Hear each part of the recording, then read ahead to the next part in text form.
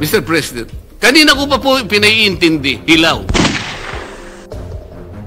Maghintay na lang po kayo ng 6 months. Pwede naman eh. Ba't pinipilit po natin isang bagay na hilaw at pinipilit niyong ipakain sa atin? Mr. President, sinabi po ba ng Supreme Court na wag na kayong mag-impeach? Hindi po. Binigyan po tayo ng guidelines. Alam po ba ninyo kung bakit binigyan na ng guidelines ng Supreme Court kung paano mag-impeach? Kasi po, dahil po wala sa Constitution at wala rin po sa House Rules. Ano po yun? Wardi-wardi na lang. Matibay ang gusto ng Korte Suprema. Gusto niyang makita na lahat ay dumaan sa kayusan. Eh, hilaw nga po eh, Mr. President. Kanina ko pa po pinaiintindi, hilaw. Ba't hindi po kayo magluto ng mas masarap na kanin? President, I therefore second the motion to table the motion to dismiss the impeachment complaint until the decision of the Supreme Court has attained finality. Sabi ko po kanina, Mr. President, I am ready to amend my motion. Kung kinakailangan po, that will be consistent on the respect accorded to the Supreme Court. Kaya lamang po, kailangan nating umaksyon sapagkat kagaya po ng nalalaman natin, naghihintay ang taong bayan na kailangan magkaroon po ng closure ito sapagkat kapag ito will be hanging on the balance, baka hindi po mabutihin ng ating mamamayan. Yun lang naman po ang pinakapunto rito, Mr. President. Senator Ontiveros is recognized for her interpellation and interjection if Senator Marcoleta so desires. Yes, Mr. President. Salamat po, Mr. President. In lieu of an interpellation of the good gentleman from Tarlac, I will be seconding a motion, Mr. President, preceded by a brief manifestation. Earlier, Mr. President, Senator Marcoleta said he refuses to speculate on reversal. But the good gentleman's own position is based on his own speculation that the SC will not reverse its decision.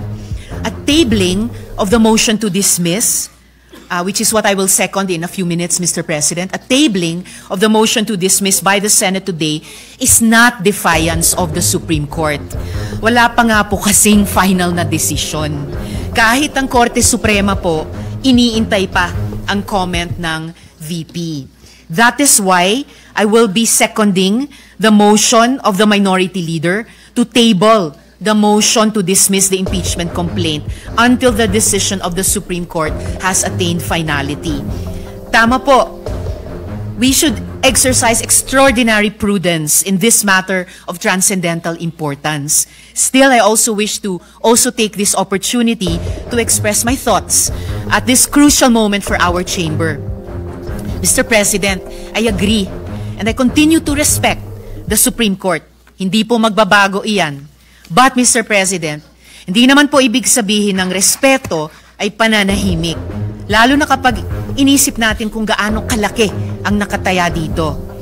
Magkaiba rin yung rumerespeto at yung bulag. Kaya naman, I will not be choosing silence, nor will I be turning a blind eye in the face of clear and unmistakable injustice. I am encouraged by the words of brave professors of the UP College of Law who in 2010 issued a sharp critique of a Supreme Court decision, Vinuya versus Executive Secretary, which said, the court cannot regain its credibility and maintain its moral authority without ensuring that its own conduct, whether collectively or through its members, is beyond reproach. So, in the context of the SC decision, Duterte versus House of Representatives, I believe we need to shed light on some concerns which former justices and constitutional framers themselves, some of whom are here this afternoon, Mr. President, have underscored. Una, the Supreme Court decision was based on critical factual errors. At binanggit na rin po ito ni Minority Leader. And this has since been pointed out by no less than retired Senior Associate Justice Antonio Carpio. For example, the decision said that the February 5 impeachment complaint was transmitted to the Senate without a plenary vote in the House. A simple check of the records, specifically House Journal number 36, shows that this is false. Walang haka-haka. Those official records are plain for anyone to see. Sabi tuloy ni retired Chief Justice Renato Espuno, na siyang chairman ng Philippine Constitution Association, the Supreme Court was faced with a famine of facts necessary to make a decision invulnerable to constitutional assaults. Pangalawa, actions already taken under a prior and valid interpretation should be recognized as legally effective. Yan naman ay mula kay retired Justice Adolf Ascuna. The House of Representatives was operating under the regime of the legal doctrines in Francisco and Gutierrez, which held that the initiation of impeachment proceedings begins from referral. Kung unconstitutional pala na sundin ang legal doctrines, in the words of Justice Ascuna, that is legally unfair. Paano nga naman unconstitutional kung sinunod lang nila ang patakaran ng mismong Korte Suprema? Dagdag pa po sa isang desisyon nitong 2020 lamang, Madreo versus Byron. Sabi ng Korte na kung may pagbabago sa doktrina at interpretasyon ng batas, dapat prospective ang aplikasyon nito. At ang pangatlo at huling punto, mistulang nadagdagan ang requirements sa proseso ng impeachment na hindi naman nakasaad sa ating saligang batas. These new limitations, Mr. President, are not found in our fundamental law. Wala yan sa konstitusyon at kontra yan sa accountability. One disturbing example, sabi ng desisyon, kailangan daw na isumite na ang bawat ebidensya laban sa opisyales sa pag-file pa lang ng complaint sa House. Dapat ba naka-attach na ang bawat bank slip, public record o testimonya ng witness na ihaharap kahit wala pa silang proteksyon ng Senate Impeachment Court? Ang tanong tuloy ng marami, realistic ba yan? Paano kung ang impeachment ay laban sa mataas na opisyal na kayang-kayang magtago ng ebidensya o manakot ng mga potential witness? Bakit humaba yata ang checklist ng proteksyon para lang sa impeachable officials? Samantalang ang taong bayan na nagtatanong, na naniningil ng pananagutan, sila pa ang pinahirapan. Sila pa ang nadagdagan ang requirements. Ayon sa Korte Suprema, an official facing impeachment does not stand to lose fundamental constitutional rights such as life, liberty, or property. Hindi buhay, kalayaan, o pag-aari ang inihahabla sa impeachment. Kung ang usapan naman ay due process, hindi ba't ang mismong impeachment trial na nga ang mismong venue para doon? Maririnig ang dalawang panig. May ebidensya, may magdedepensa.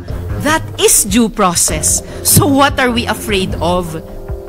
At dahil nandito rin po sa gallery ngayon, Mr. President, ang isa sa mga constitutional commissioners na si Christian Monsod, di lalo po akong confident na mag-take exception sa isang sinabi kanina ng good gentleman mula sa Taguig at Pateros na dapat mahirap ang proseso ng impeachment. Kontra po doon ang pananaw ng Constitutional Commission kung mababasa po natin ang records ng deliberations ng komisyon, partikular sa panig ni Commissioner Regalado. Muli, patuloy nating nirerespeto ang Korte Suprema. Pero pwede mong respetuhin ang isang institusyon habang nagtatanong at pinag-uusapan ang kanyang desisyon. In Firestone Ceramics Inc. versus Court of Appeals, the court conceded that it is not infallible. Should any error of judgment be perceived, sabi nila, it does not blindly adhere to such error.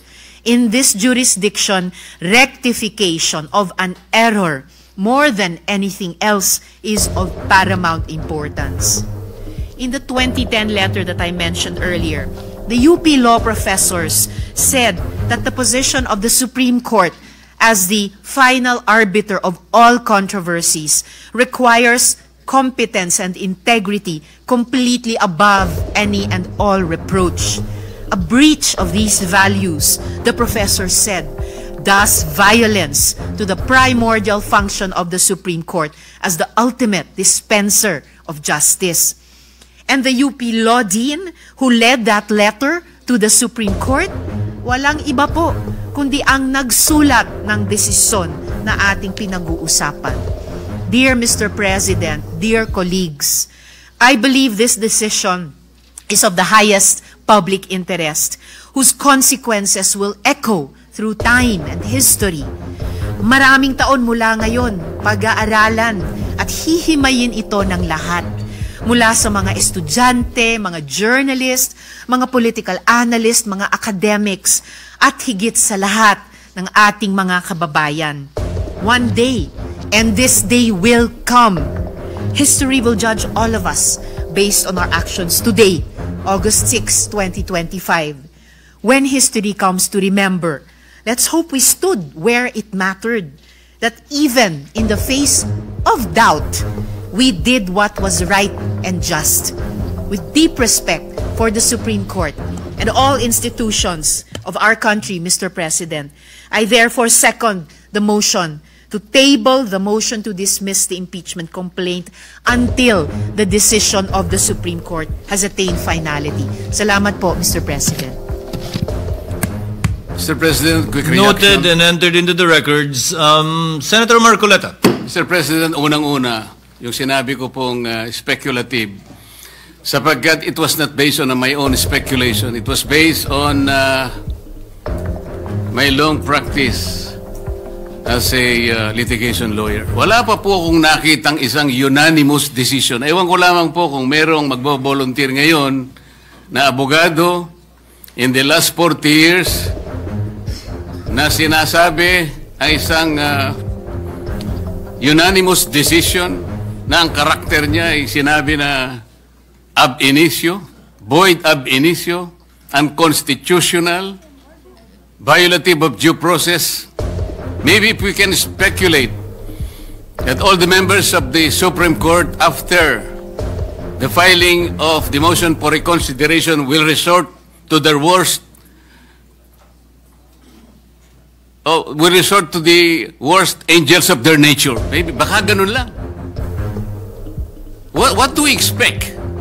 We expect that 8 of them will reverse themselves altogether?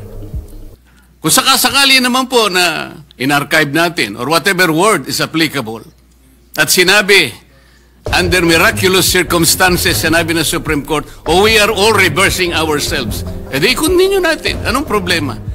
Pero kagaya po na sinasabi ko kanina, Mr. President, ang pagkakaluto nga po hilaw eh. Ipinipilit po ngayong ipakain sa Senado ang isang bagay na hilaw. Eh paano? Sinabi po ba ng Supreme Court na wag na kayong mag-impeach? Hindi po. Binigyan po tayo ng guidelines. Alam po ba ninyo kung bakit binigyan na ng guidelines ng Supreme Court kung paano mag-impeach? Kasi po, Mr. President, if you recall, the Supreme Court issued a notice on July 8, 2025, requiring at least 11 information from the House of Representatives and the Senate. The Senate made a manifestation na wala po kaming maibibigay sapagkat lahat po niyan ay makukuha ninyo sa House of Representatives. Alam po ba ninyo na 4 sa hinihingi ng Supreme Court ay nandun po sa puso ng due process? Ano po yung hinihingi? Sinabi lamang po ng Supreme Court, pwede bang ibigay nyo sa amin kung lahat ng miyembro ng House of Representatives ay binigyan ninyo ng kopya at kailan? Pwede bang ibigay nyo sa amin ang timing kung kailan nyo ibinigay at binigyan, kung paano nyo sila binigyan ng pagkakataong mabasa yung impeachment complaint? Pwede nyo bang ibigay sa amin kung every article of impeachment ay nakalagay doon ang mga dokumento na nagpapatibay ng artikulo? Pwede nyo bang ibigay sa amin kung nagkaroon sila ng pagkakataon talaga na mabasa yung impeachment complaint? Alam po ba ninyo kung anong sagot ng Solicitor General in behalf of the House of Representatives? Ito po yung sagot nila.